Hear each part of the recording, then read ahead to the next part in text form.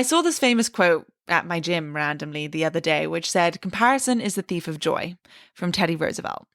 And I'm sure the gym put it there so that I would work out harder or something like that. But actually, it resonated for me in terms of careers.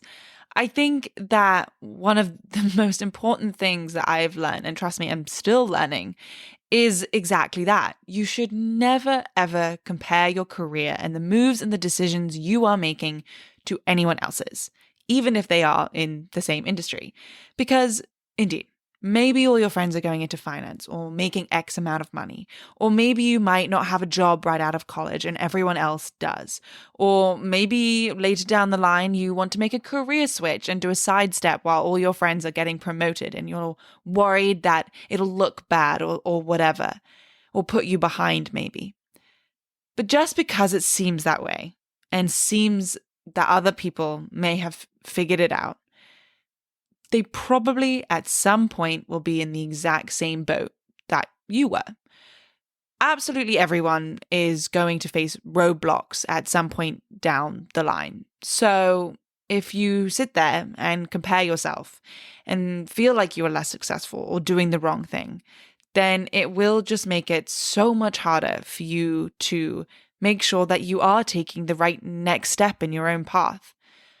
I think my advice is to just always focus on your own journey and figuring out what you can get out of your career that will make you the most happy. And maybe that is making X amount of money or going into finance or whatever it may be.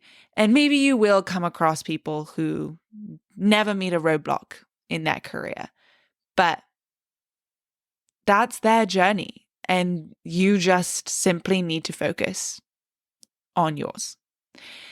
With that in mind, I feel I have a great guest to demonstrate this week. My wonderful friend, Clio.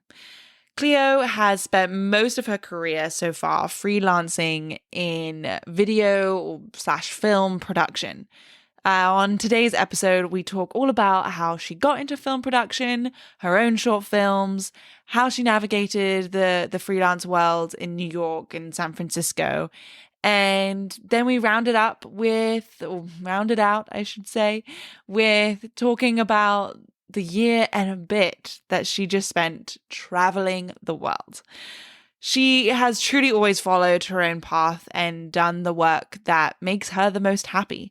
And she has absolutely crushed it. So listen up to her journey, and I hope you find some good advice from my very wonderful friend, Clio. We have known each other for a long time, went to college together. And for as long as I've known you, you've been working in film production, whether that's through making your own short films or through internships or through the work that you've done since graduating, where you've day played, or which is filling in for someone who's ill, or you've been a PA, a production assistant, for those who don't know, that kind of fill the gaps and help out around set, are basically the hardest working people on set, in my opinion. But also associate producing and you can get into that more. But clearly being in film production is your focus. So do you remember the moment when you were like, okay, I really want to make films? I started making films just for fun when I was 11, 12, just with my cousin with a cheap little flip video camera.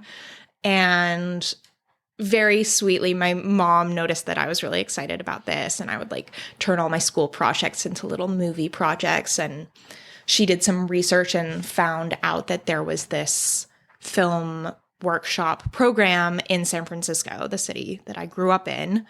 And basically the next year I enrolled in that program, and that kind of got me started. So I don't know if there was any one particular moment, but just a lot of small little things that started making me excited about it. And doing this program. What was this program? So it's this program called San Francisco Art and Film for Teenagers, and it's this nonprofit in San Francisco that they do like several arts related things. They have like Friday film screenings, like Saturday art galleries and museums. They give like free opera and ballet tickets to kids. It's an awesome program. And then on Sundays, they have the film workshop, which is basically we meet all day every Sunday during the school year. And you literally like, it's such a silly and cool and amazing program. Like we just sit in Ronald Chase, this older man's art studio and apartment. We watch films, we dissect them, we learn how to discuss them. So you're basically doing like film class from the age of what, 13? Yeah, basically. Wow. And throughout the course of the school year, you can also, like if you're motivated enough, you can choose to make your own film as well. So we start by bringing in like kernels of script ideas and then develop those into treatments, scripts, and then at the end of the year, shoot them, edit them, and there's a student film festival at the end. Oh my gosh, that's absolutely incredible. Yeah, it was awesome. Like I did that for 5 years in a row, and by the end, you know, you have 5 short films under your belt, like a bunch of practice working on your peers' films and like small little exercises in So between. not only do you have 5 short films of your own under your belt, but you also have all this experience of being on everyone else's shoot. And so I'm sure you were filling in a lot of different positions. Yeah, it's a very like, I mean, we're still teenagers. Like it's a very collaborative environment. Like you're holding things, moving things, you know, helping everyone out. But that's all. I mean, it's an amazing program, and it's also how I met like some of my closest friends who I still make films with. So who are the types of professors that, or I guess, are they professors or like workshop leaders who were helping you through this? Yeah, we had like a variety of mentors. So we had a writing mentor and then more of a production mentor, and then the head of the program who kind of oversaw everything. And then sometimes we would have some like guest mentors who would help things. But I don't know. I mean, both of the mentors are like still my good friends today. Oh, like by the wow. time you're 18, you know, you've spent so much time with them that you end up bonding despite an age difference. Yeah, no, of course. That's awesome. So then you go to Columbia. Columbia isn't famous for its film program, and especially its film production program. Yeah, the undergrad level. Well, yeah, the undergrad level. So why did you choose to come to Columbia? Yeah, I mean, having gone through this program when I was looking at universities, I didn't really want to go like the typical film production route just because I'd already had this experience under my belt, and I didn't really want things to feel repetitive. And I also like I'd been doing this so seriously for 5 years at this point that I didn't like I wanted to let myself explore other things, and I didn't want to just like pigeonhole myself. And honestly, I thought I was going to get to college and have this epiphany of like, oh, I don't want to do film. I want to do something else. I mean, I wanted to keep myself open. And Yeah, I mean, I guess you're still so young that... yeah, I was 18, like 17, 18. And so I looked at film production schools, and I think I applied to a couple, but ultimately, like, I just didn't. I wanted to be able to study other things as well. So then was it a late decision that you wanted to major in film at Columbia if you were like hoping or thinking that you might do something else? I mean, I took like I still like did film at Columbia, and You took the intro to film? I took the intro class. I feel like on retrospect, I honestly wish I'd taken other classes and other electives. But I feel like when you're 18, you kind of go into college with like, this is what I should be doing, and these are the classes I should be taking. And I actually went into Columbia wanting to also study political science. I was like a political science double major, or at least minor, until I think my junior year. And at which point I was like, this is just full of white men who want to hear themselves talk, and I don't need more of that at Columbia. Yeah, that's very, very fair. But that was kind of my attempt to be like, let's have other interests. But on retrospect, there were a lot of other interests that I could have pursued, but that's college. Right. No, absolutely. But are you happy with your decision to do film at Columbia and like learn the more like theory that the Columbia program is based on? Yeah, absolutely. Like, I feel like the program that I did in San Francisco was very based around one angle of looking at films, and mostly art films. Right. And I feel like doing film at Columbia kind of rounded out that education to a more classical lens, and also gave me ways to think about films, you know, beyond just what I'd been exposed to when I was a teenager. Right. So then, on top of being a film major, you were in a group with me called DKA. So true. Which was a film fraternity that we were both in, which I think is which is nationally recognized. And so it has chapters at like NYU and USC and Syracuse. But essentially what we would do is we would have like script workshops. We would have like alumni networking events, or we had like a budget for making student films, and like everyone had to work on a student film. And so I highly recommend it for people if your school or your college has a DKA chapter. I highly recommend it. And you actually helped me make my very first, and I will say to this day, only short film. And I'd still love to see it. You and me both would love to see that film. I have actually finished it. Really? Yeah, except for the fact that we were talking before this about sound. One of the sound clips. Oh no. I don't think ever got recorded. Oh no. So I have a whole line of one of my actors that that's so sad. There's no There's sound that matches what she says, and there's no way to cut around it. I don't think we had taken any other shot. So yeah, it is done. There is a version of it on my computer, on my hard drive somewhere. Wow. But it's really just like goes really well, and then it just goes silent. Oh, that's so sad. And then it goes back. But you did help me. But why did you join a group like DKA? Was it to have that outlet of making more short films, but you already had so much under your belt? Like, what was the process there?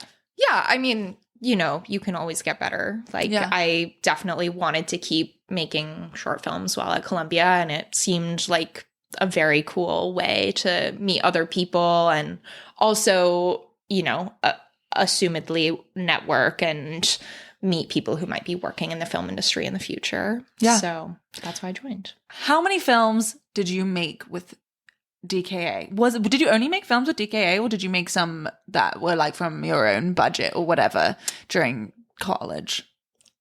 I think I shot 2 films in college, and I believe both of them were through DKA. So on top of all your production stuff that you did at Columbia, your film major, then I also think you are probably the person I know who has had the most internships during college.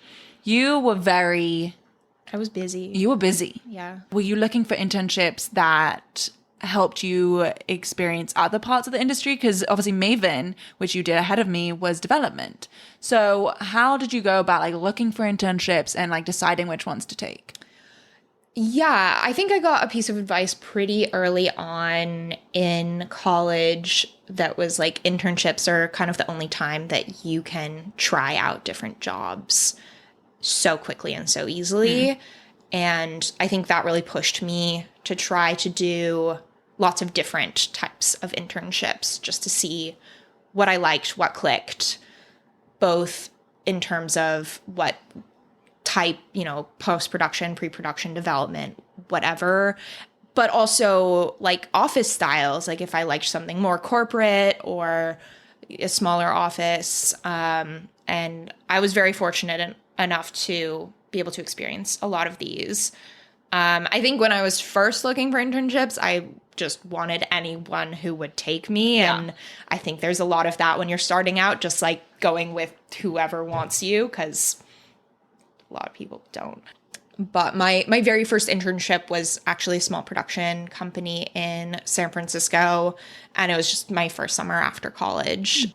I wanted to do something film related, and I'm from San Francisco, and I was going to be home.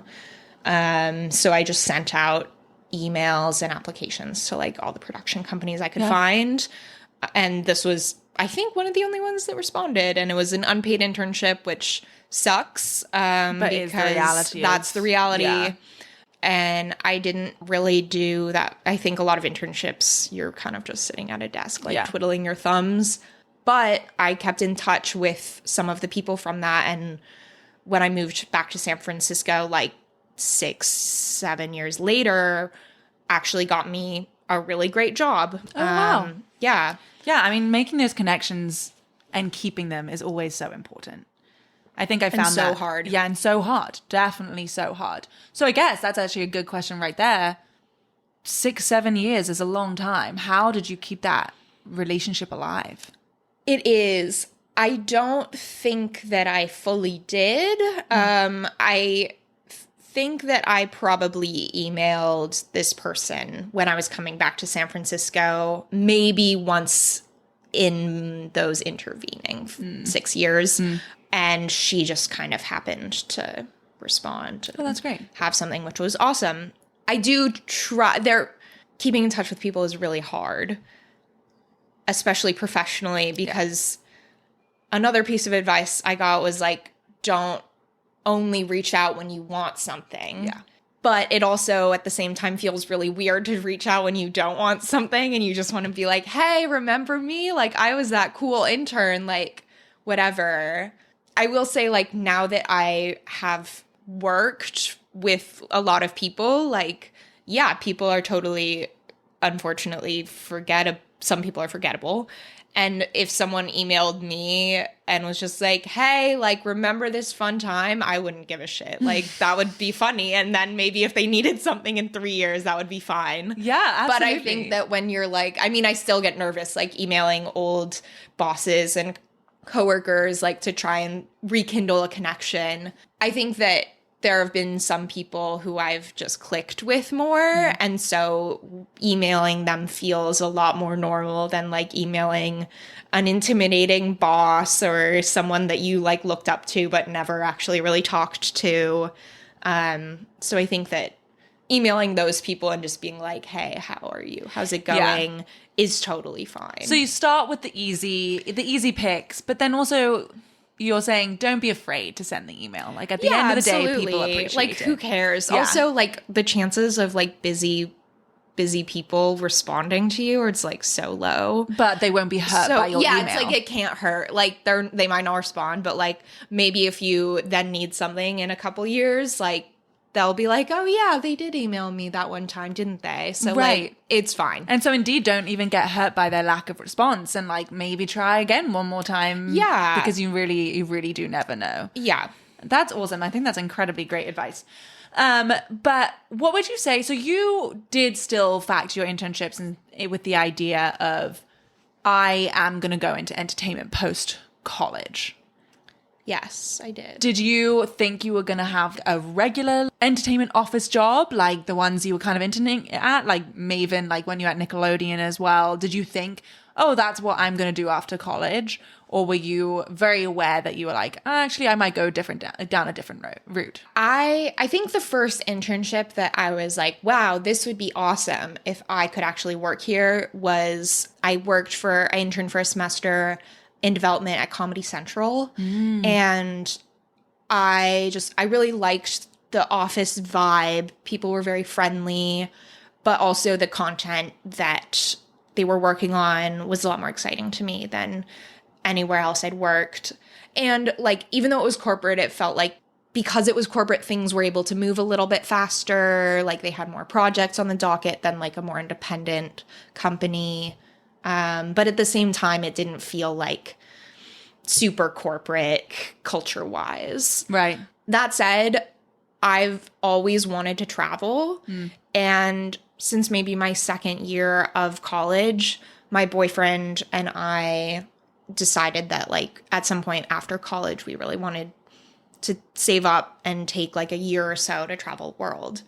So with that in mind, as graduation was approaching, even my junior year, I kind of was like, I don't feel like I want to be somewhere for very long. So while I was looking at some jobs instead of freelance roles, I also kind of knew that I didn't really want to find somewhere super permanent. Got it. So then after graduation, you were just kind of open to any opportunity. You didn't really have something specific in mind. I think my post-college plans were always like really up in the air. I applied to this program where I was going to like live in Germany for a year and I didn't get in. I was thinking about spending some time with family. I don't know. I had a lot of different plans. I don't actually know like what ultimately made me end up freelancing. I think that part of it was just I started doing it while I was applying to other things and it worked. Throughout my senior year, I had actually been freelancing for this very small production company called Byland Studio. Right. And it was very, very part-time, like 5-ish hours a week. But when I moved back to New York after spending my summer after my senior year doing this film program in Jerusalem, that became more of a real role that increased to more like 10 or 15 hours a week. And I started becoming more involved in their productions. And having that as like a backbone to my freelancing really helped me have a little bit of both like job and financial safety. I was also like bartending and doing like random odd jobs in New York. But basically, once I moved to New York post-grad, I kind of just started like mining my contacts from my internships. And at first I got a lot of like very, very low or unpaid work, as one does. But it started building on itself until I was able to support myself just with freelancing. I mean, it's so amazing because I feel like we're all so bred to, you've got to have a plan. You've got to know what you want to do. You've got to come out of college with a very specific job. And that's just kind of how I feel, at least I felt the pressure of college and things like that. And so it's amazing that you were just so, and I think this is such a lesson to people, is that you just don't need to have an exact plan. You can have like, this is what I love to do, and this is what I want to do, and I'm going to figure out a way to make it happen. Would you say that that's like how you felt? Yeah, I mean, that makes it sound like I'm such a like easygoing, like things are gonna like fall into place kind of person. Like obviously I was stressed. Right. And especially being at a school like Columbia where everyone has like figured out jobs and plans or whatever. That was hard for sure. Yeah.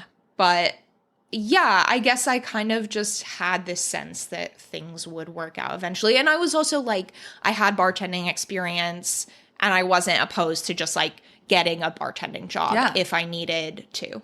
Yeah, because you had in mind what you wanted to do. And it's kind of in a way, I feel like, same as like being an actor or something like that. Like being a filmmaker, like if this is what you want to do, you have to be okay with doing other stuff on the side. Totally. That may not be just as aligned with what your actual goal is. Yeah, absolutely. And you were okay with that. So then speaking of freelance. Yes. So that's what you did. You mined your like internship contacts, like, and then was it just kind of like from one job when you found a connection that led to another one, or what kind of happened in that regard? Yeah, I really just like emailed everyone I knew and was like, I graduated, I'm freelancing, like SOS, help me.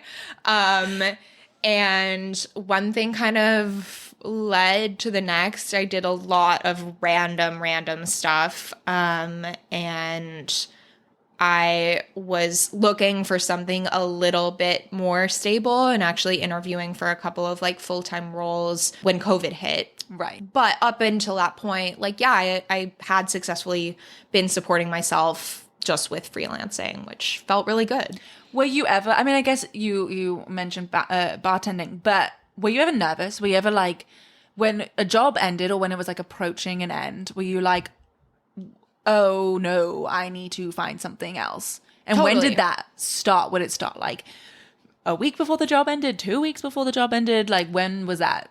Most of my, like, again, and this was like only for maybe an 8-month period. So most of the jobs I was doing, I think the longest was like 3 weeks long. Oh, wow. So everything else was pretty short. And like, I would literally just kind of like look at a month and like cobble together like, okay, I'm making like X amount of money from this gig and X amount of money from this gig, and I have like this 1 week open and like better follow up with these people and like whatever. So I think that I was always a little bit stressed about it. Yeah. And like even, you know, some in the film industry, like things come together so last minute. Totally. And so like I would get texts, you know, the week of like, oh, can you come day play for this or whatever. And so that was for sure stressful.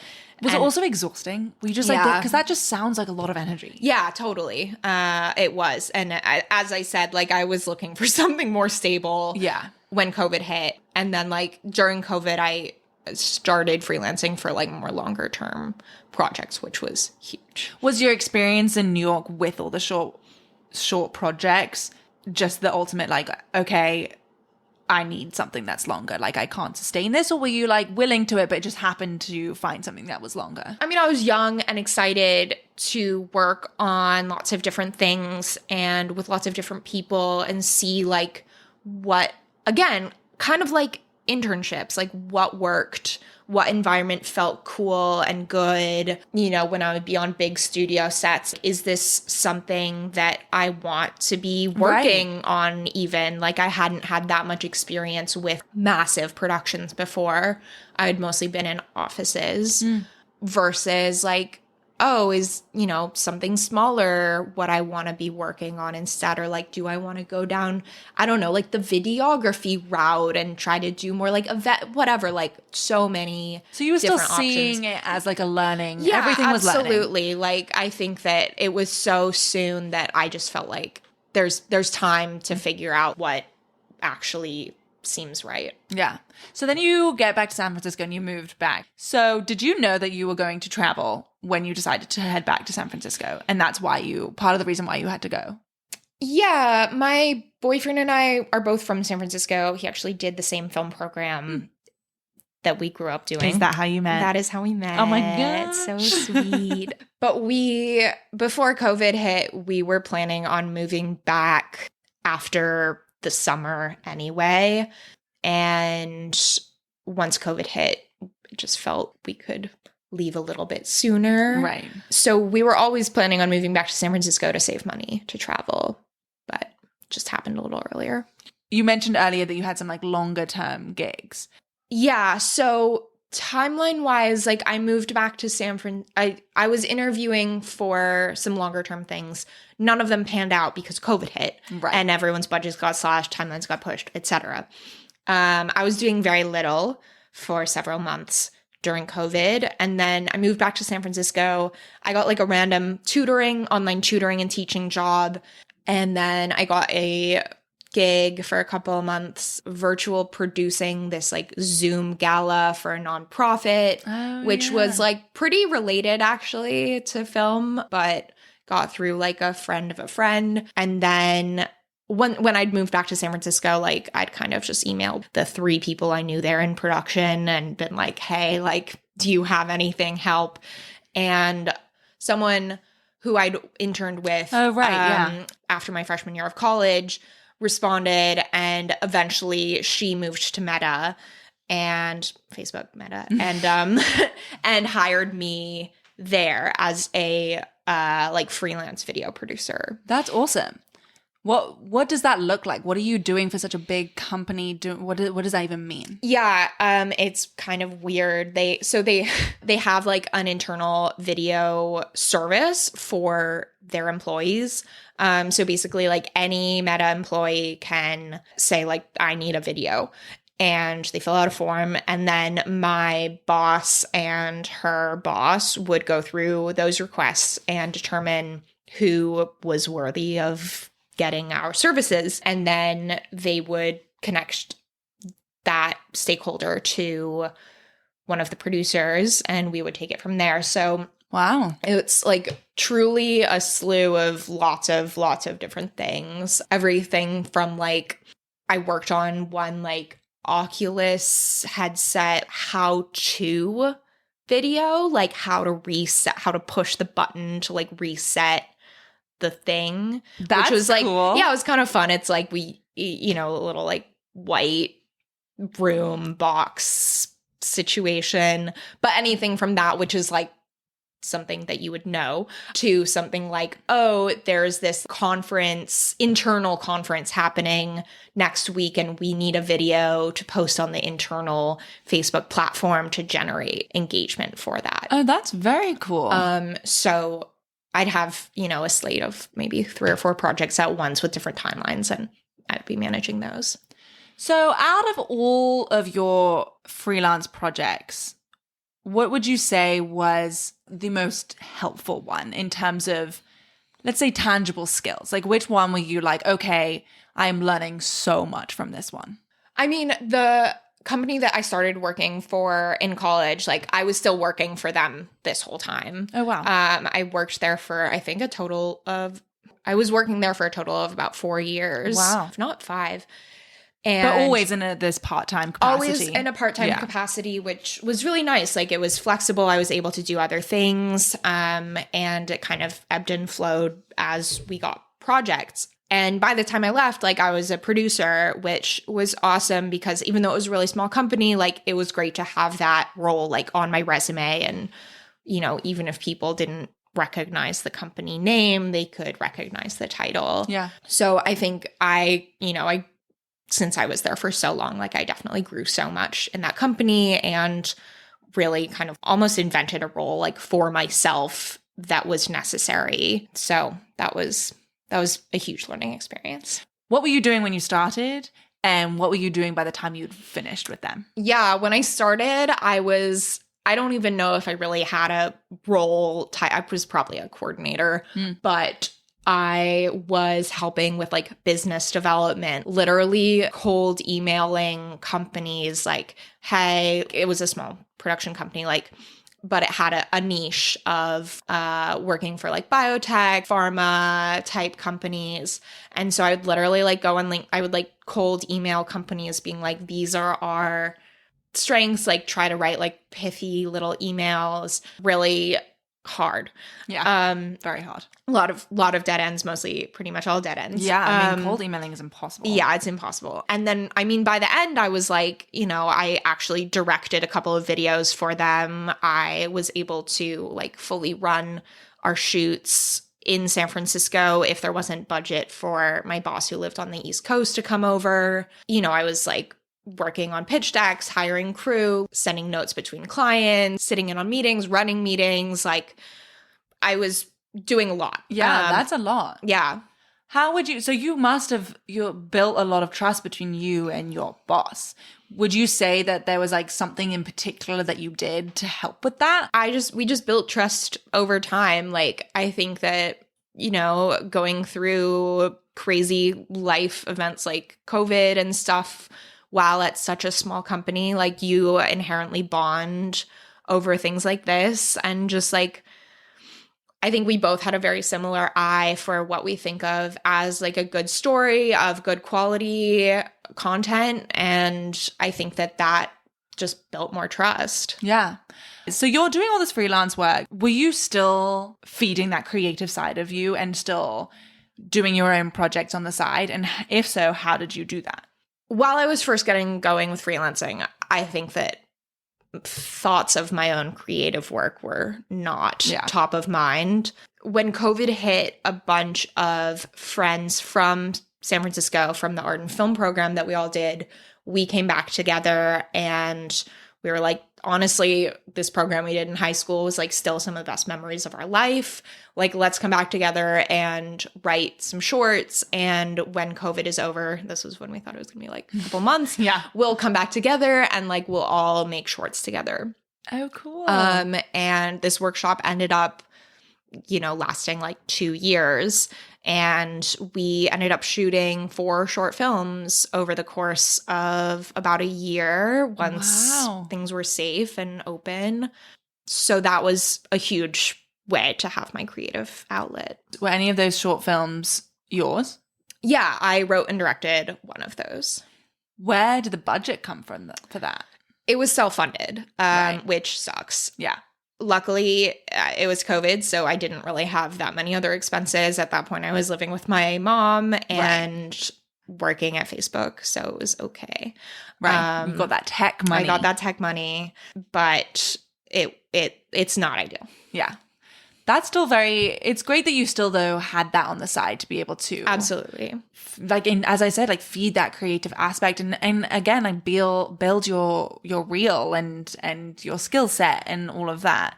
I think that's just, like, so great. And I guess, would you say freelancing gave you more flexibility to do that because you weren't locked into a schedule? Yeah. I mean, like, the week of my film, like, I basically told my boss, like, I'll be around if something comes up, but like, oh, that's great. I mean, I think I took like at least 3 days fully off that week, and I mean, he got it too, you know, like, it's a small company.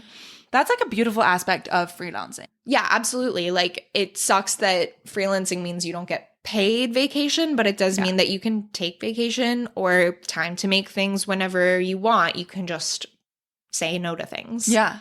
Do you think that was another like aspect that drew you to it? Yeah, absolutely. I think that I like creating my own schedule. I like having flexibility, and I think that's awesome to be able to like really plan your life and like if you have a really like successful month financially, like that's awesome, and that means like you can chill the next month a bit, and like if things come up, that's great. You could chill the next month too.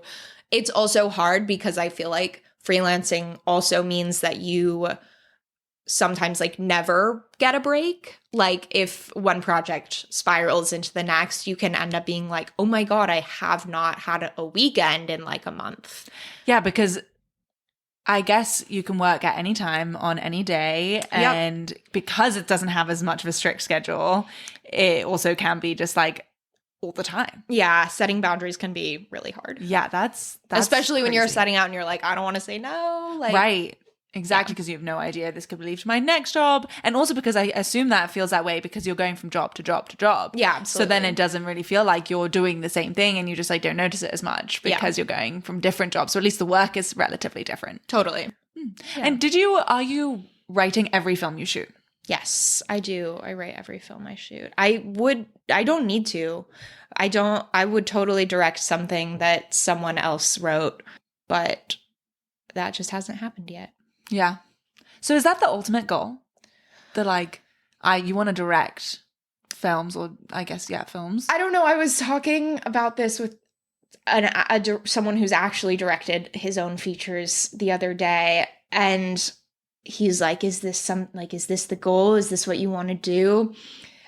And yeah, I think it would be awesome. I think that I'm good at it and I like it, but it's also really fucking hard. Yeah. Excuse my language. Not at all. And I think you really, really have to want it. And I just don't know if I want it that much to like push myself like emotionally that much. Like, it's obviously the networking, the funding, this and that, like getting a film, it's like birthing a child, but you need so many people and money. And I love it when things are working well, but things also work very not well. Yeah. And it's really hard. Yeah. So I don't know if it's something that I need to do, professionally in order to feel satisfied. What have you done with your films? It's such a hard question. I mean, literally what I've done with my films is put them on my website and submit them to festivals. And all of them have gotten into some festivals, but it sucks. I finished post-production on a short like 3 months ago, and I kind of sat, like I sent a bunch of emails with links, and some people responded, some people didn't, which is fine. And then I just kind of sat there and I was like, wow, I put so much time and effort and stress into this. And like, it wasn't even like a sad moment, but it's just like crazy that especially film that's such a non-tangible art form, like you'd have a link at the end of all of this blood, sweat, and tears. But yeah, I mean, submitting it to festivals, I think, is the main outlet that I send it to. Like, are you expecting anything to come out of submitting it from those festivals? Or is it really just like, I just want people to see it, and sending it to festivals is the best way for that to happen? Yeah, I mean, the dream is like you send it to a festival, the right person sees it, and then they are like, what's the next thing you're working on? And they love your ideas, and then they pay you to do something. Right. That would be sick. Very rarely happens. I think getting into festivals is a nice validation of your talent, and that the stories and ways you tell them are good. It also, I've found that a lot of the jobs that I've done, it's people like to see that you do creative things on the side too. Yeah. And if they like what you've made, then that can add, validity to your name. And if they think what you do is quality, then they'll hire you more likely. So there's an element of that too. So this is just like always a question I think I've always had for you, but why do you like being on set so much? It's funny, when I was in school, I always like hated group projects because I would always be the one who would end up doing the work. Yeah. But I feel like on set, it's so beautiful how people actually like come together and care and do things. Obviously the caring part is different depending on different environments. Yeah. But I just love this kind of like organized chaos with like seeing something come together and so many pieces of the puzzle fitting together. I think it's so cool. And I just love like watching it happen. Yeah. I mean, that's very fair enough. I just found it way too tiring. I mean, you did it for like longer than I have. Like, I haven't worked on a season of something. Like, I haven't been on set more than like 5 days in a row or whatever. Yeah, I guess that's true. But even still, I feel like you had a more by PAing or office PAing or whatever, doing those kind of jobs. You're way more on your feet than I ever was. Yeah. For the context, I associate produced a season of Uncoupled, the first season of Uncoupled, Darren Star's show. But I was obviously, as the title says, a producer. So I was like, I didn't have to always be on set, and I didn't have to always be on my feet. I often found myself sitting in the corner of the stage or the location wherever we were shooting and just like sitting. But you are like on your feet. I think time passes faster when you're on your feet, though. Like, I think if you're sitting, like you like watch the clock and like get more tired, and like you're physically exhausted if you're on your feet all day. But like the time does pass faster. Fair enough. I then want to get to, actually, first I want to ask, this may be a dumb question because I realize were under 26, but how did you have health insurance if you weren't getting it through your employer? I have, since I graduated from college, I've actually just been on like Obamacare. Really? Yeah. You weren't on your parents' insurance? Neither of them have like shareable health insurance. Wow. At the time. Yeah. I feel like that was like when I was planning this episode, I was like, I definitely need to ask about that because I feel like that's just like it's a good logistical thing about freelancing. You should be on health care. You have to have health care. Yeah. So you just got it through Obamacare. Yeah. Like I as a resident of California, I have like covered California. That's awesome. Yeah. Works. Well, it's great. See, top tip for if you want to freelance. Yeah.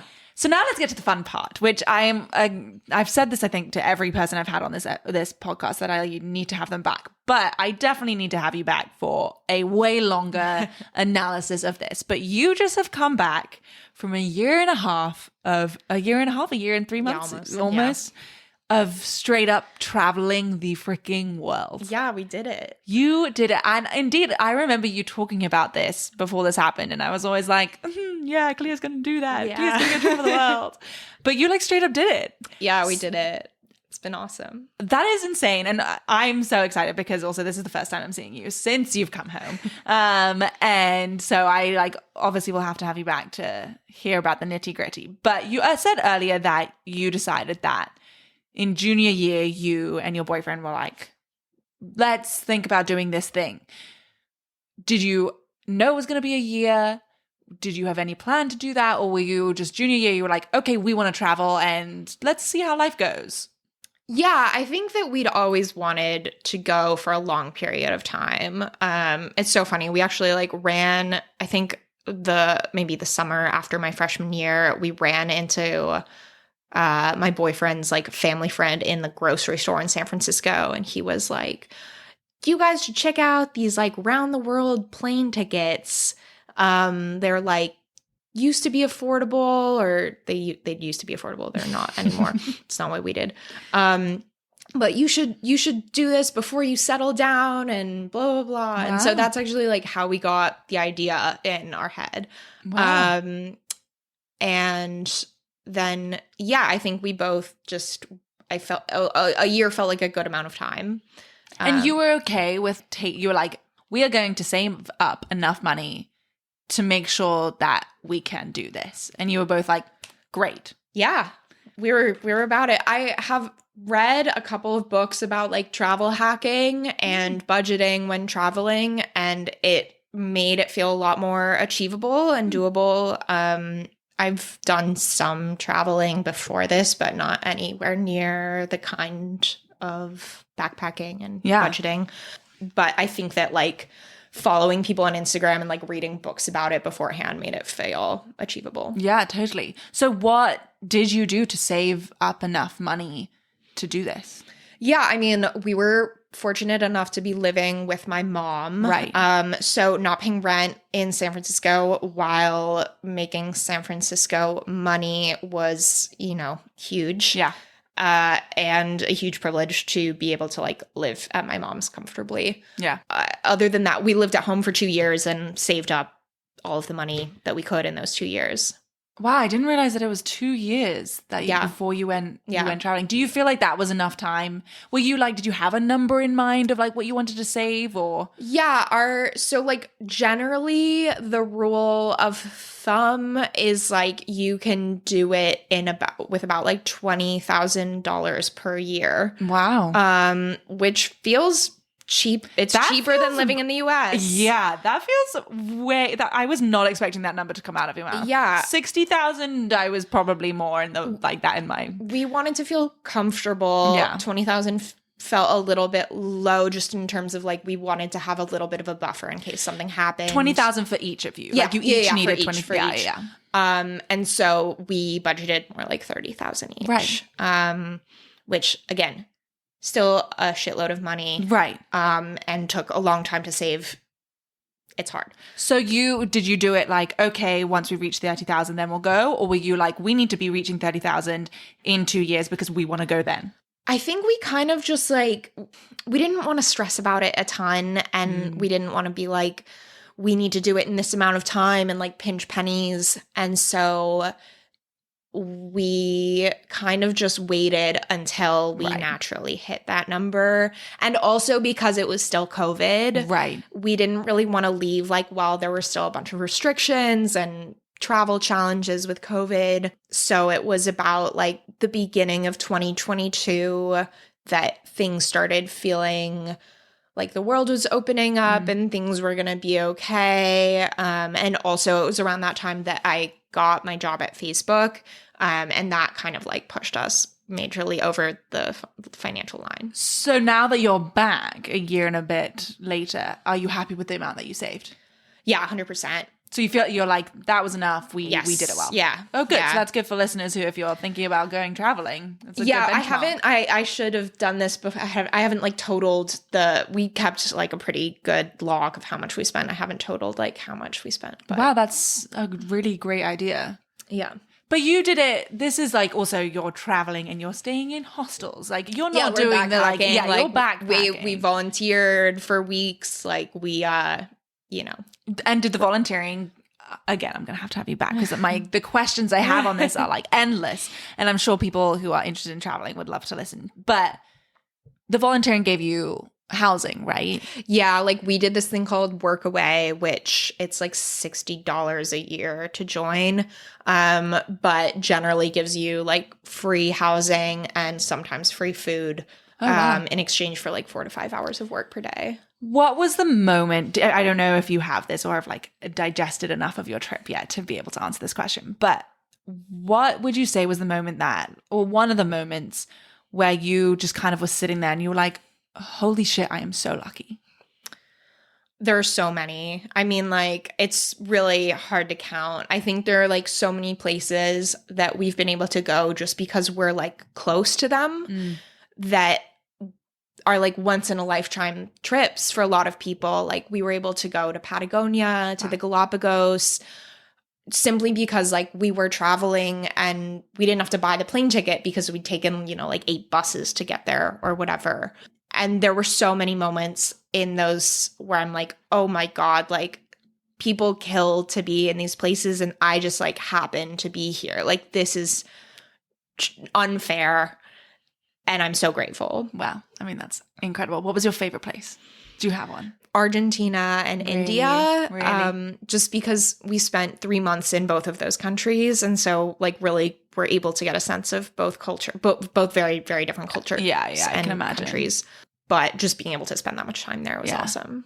During this year, were you ever like, oh, I have taken a year off advancing my career? And were you ever worried about that? Were you like, no, or were you like, no, I've taken this year and this is like good for me? Yeah, I mean, I don't know about career-wise, but there were definitely like many, many times where I was like, what am I doing out here? Yeah. Like, I think that obviously travel can look super glamorous, but you also get tired, you get sick. There's so many times when you just like want to be home in your bed or be with your friends and not have to like meet new people and go through the whole rigmarole of like introducing yourself and hoping you like someone who's in your hostel or whatever. Yeah. I think career-wise, honestly, I was just like so happy to not work for this past year. Like I'm now like ready to do things like paid or unpaid, just like work on projects, and I'm excited to like have a schedule and a life and whatnot. But I don't think I was like sad to leave work at all. I was so ready. Yeah. And I also think like, I mean, everyone who like worked through COVID, like, and didn't really get much of a break, like, especially working anywhere for COVID, like just the burnout that I feel like people experience is so real. And I felt so burnt out by the time we left. Yeah. I just the endless questions. I could spend years talking to you about this, but you're now back and you say you're ready, but like, are you just like so happy you did this? Yeah, I'm so grateful that I was able to do this. It's crazy how few Americans I met while traveling. Like, I met so many Brits, so many other Europeans, people from other countries and continents too. But like, I feel like I've met like 10 Americans in the last year. Oh my gosh. Yeah, I'm like shocked to hear the American accent again everywhere. Yeah. It's disconcerting. And like the Americans I did meet, very few of them were backpacking for like a long period of time. I think it's just so not in our culture to like take a break. And that sucks. Yeah. I mean, yeah, exactly. But that's why, again, I was so excited and I'm so happy that you came on to kind of show that this is a possibility. It's totally doable. And I also feel like, I mean, yeah, 100%. Like a lot of people I know have gotten promotions or are at different jobs or whatever. But also like, it's fine. Like a year is not that long in comparison to long careers. And to life. Yeah, and to life. Like, who cares about your career if you haven't, like, had fun and done cool things? Cool things, exactly. We're almost ready to wrap up. I want to get just, like, top tips from you on, I guess, the 2 biggest aspects of your career or your story and journey so far. Firstly, what would your top tip be for those who want to freelance? Like, know what you're willing and not willing to do. I think it's so easy to just like say yes to whatever, especially when you're starting out, and also say yes to whatever rate. And I think especially like as a woman, it's easy to feel like these opportunities won't come again, but they will. There will be work. So don't be afraid to set boundaries for yourself. That's great advice. And what would your top tip be for those who want to travel? Do it. Do it. It's not as expensive as you think. Yeah, Obviously, shocked. this is coming from someone who's privileged enough to be able to live at home and save money and etc. But there's a lot of places that are cheaper to live than the US. Yeah. By far. Yeah. And I think the plane ticket is always the most expensive part if you know how to travel well and budget. Yeah. Also, very good advice. And finally, for you, what's next? What's next is my boyfriend and I are hoping to continue this international journey and find roots, hopefully not in the US. Right now we're thinking about maybe Berlin, but I don't want to jinx it. Like long term or like a few years. Wow. I think that we're both just like excited to put down some roots somewhere, like have an apartment, but sadly the US just doesn't feel quite right to us right now. I mean, I can kind of imagine that. You've just gone and seen the world and you come back and you're just like, this is it? Like, I've just seen the coolest thing. It's so sad that all my friends are in New York and I don't want to be. Sucks, but this city is dirty. It 100% is. I mean, I even know that when I go back to London and I'm just like, it is so freaking clean in this city. Yeah. I can totally see that. Yeah. Well, that is very exciting. It's very exciting. That you are thinking of continuing your international travels. Perhaps maybe London. Perhaps. Because then I can go see you. They do have a film industry there. They do have a film industry there. So it's true. And it's like very like production heavy. They have like Pine Street, Pine, whatever it is. I know. Studios. I know. So it's kind of huge. I know. Is huge. There's a lot to think about. I feel like I say this plan now, but like our plans have changed so much in the last 6 months about what's happening next that who knows, by the time this comes out, we'll see. We'll see. And also by the time that you come back on, then it also could be something different again. Things change. Things do change. Your career and your journey can go in many, many different ways. Exactly. Well, thank you so much for coming on, Clio. I so appreciate it. And can't wait to come back. Exactly. Can't wait to have you back.